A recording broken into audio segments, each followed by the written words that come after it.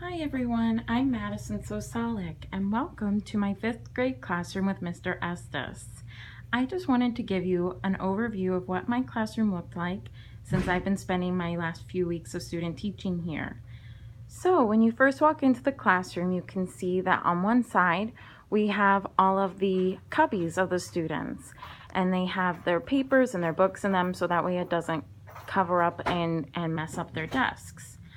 Also, this is where we have our U table, our horseshoe table, and this is where students come during workshop times. We have math and ELA workshop times, and this is where they come so we can work on them more individually and help them where they're struggling.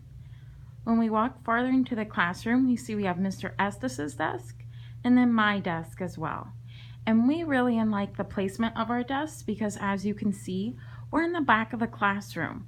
So we can see how all of the students are behaving throughout the entire time, and we can make sure that they're on task and that they're understanding everything.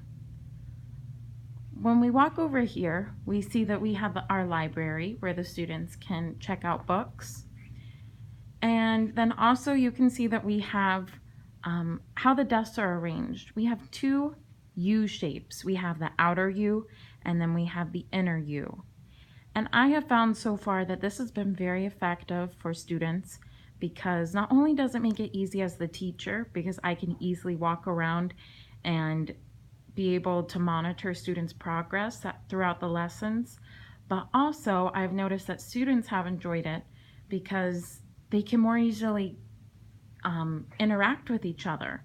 So during group sharing and pair sharing times, they're able to talk with their partners much more easily than the traditional rows that you would typically see in classrooms. We also have some bulletin boards presented throughout the class. We have one that has student work. Right now we still have student work from the beginning of the year when students made t-shirts to tell more about themselves. Then we have another bulletin board with the job titles of the students and also the schedule.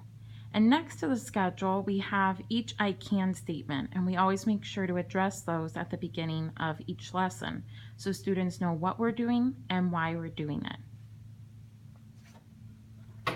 Also, for other bulletin boards throughout the classroom, you see that we have, this is actually a whiteboard, but we use it almost like a bulletin board, where we present something that we call math stories. It's a new curriculum that we just introduced, and basically you give students a scenario and then they work through the scenario, so it's more of a problem-solving approach to math, and we do this the first 30 minutes of every math class.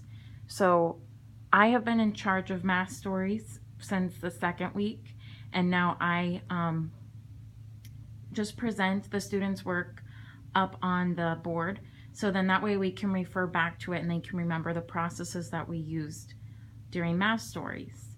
We also have the social contract presented up on the board so we can help refer to that and show students the social contract throughout the day as well. And lastly, over on this other whiteboard, we have our anchor charts for ELA. So we have one for character setting plot. This is a writing rubric for an assessment that we were doing, and races, which this is a writing strategy that the students use, and we make sure to work through each step whenever they're answering a question so that way they can have full paragraphs and be able to answer the question fully. And this will also help them when they go to work on assessments such as the M-STEP. Okay, well, here has just been a little taste of my 5th grade classroom with Mr. Estes. Thank you so much for watching my classroom tour, and I can't wait to see you guys soon. Bye.